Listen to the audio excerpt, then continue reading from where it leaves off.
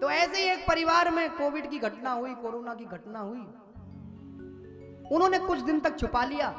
Professor थे, master जी थे, retire होने कगार में थे।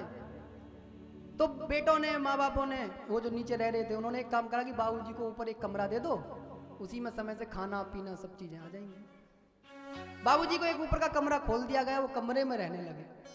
उनके घर में एक कुत्ता रहता था। जब ये पता चल गया कि भाई इनको कोरोना हो गया, तो बच्चे जो थे बाहर से थाली पर एक स्टूल लिया, उसी पर खाना रख जाए, पिताजी के जो बर्तन वर्तन थे वो सब अलग हो गए, सारा क्रम बदल गया, कपड़े भी अलग हो गए। कोई इनके कपड़ों को भी हाथ लगाने को तैयार नहीं, कोई इनकी थाली छूने को भी तैयार नहीं, दूर से ही सारा काम हो। ये सब स्थिति जब उन्होंने देखी तो उन्होंने कहा कि भाई मैं यहाँ अकेला पड़े पड़े क्या करूंगा, आप अधिकारियों को बता दो कि मुझे कोरोना हो गया, वो हॉस्पिटल में दिखा देंगे। तो किसी पड़ोसी को पता चल गया कि भाई ये बाबूजी पहले तो घूमते फिरते थे, आजकल घूम नहीं रहे, तो ऊपर छत पर से देख लिया। तो किसी ने अधिकारी को उनके करने से पहले फोन कर दिया कि जी गड़बड़ है इस घर में कुछ। पुलिस आई, बेचारों को एम्बुलेंस में डाल करके ले गई। सब पूरा परिवार बाहर होकर के खड़ा होकर के दिख रहा, कोई पास जाने को तैयार नहीं। पूरा परिवार, जो परिवार के लोग ये वादा करते थे कि हम जीवन पर्यंत इनको इतना प्रेम करते हैं, साहब इनके बिना एक मिनट नहीं रह सकते।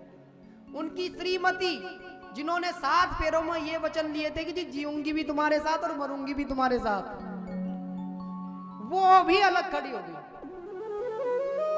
वो भी सिर्फ देख रही हैं। जिन्होंने 7 वचन लिए, अब महाराज वो जब बैठ गए तो पत्नी से कहा कि भाई आप एक काम तो कर दो कि कम से कम मैं 1-2 मिनट इनसे बात कर लूं, हो सकता है कितने दिन में लौटूं। तो ये संदेश पहुंचा तो पत्नी ने कही कि जी जब लौट आओगे जब भी बात कर लेंगे, अभी स्थिति ऐसी नहीं है कि तुम बात करो। खैर एम्बुलेंस में साहब को बैठाया और भेज दिया। उन्होंने कहा भाई कोई साथ नहीं जा रहा तो ये कुत्ता मेरा मुझे दे दो, कम से कम ये तो मेरा मन लगाएगा, इसे कोरोना नहीं होगा मेरे आने से। वो एम्बुलेंस में उन्होंने कुत्ते को रखा और रख करके ले गए। अब 14, 15, 20 दिन में ट्रीटमेंट होता होगा।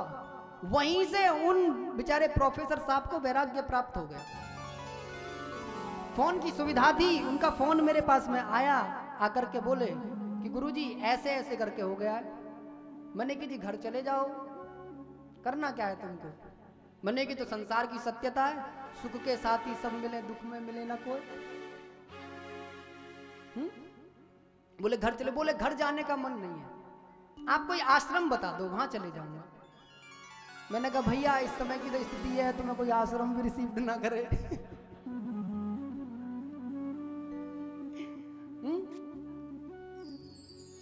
प्रोफेसर को बहुत वैराग्य प्राप्त हुआ और मैंने 2-3 बार उनका फोन भी ट्राई किया, परंतु उनका फोन बंद हो गया। और बेटे को जब काफी दिन तक वो नहीं मिले तो उनके बेटे ने एक इश्तिहार निकलवाया वहां जाकर के कि जी पिताजी कहीं पर हों और ये व्यक्ति मिले कहीं पर तो इन्हें ढूंढ करके हमें लाके देवे।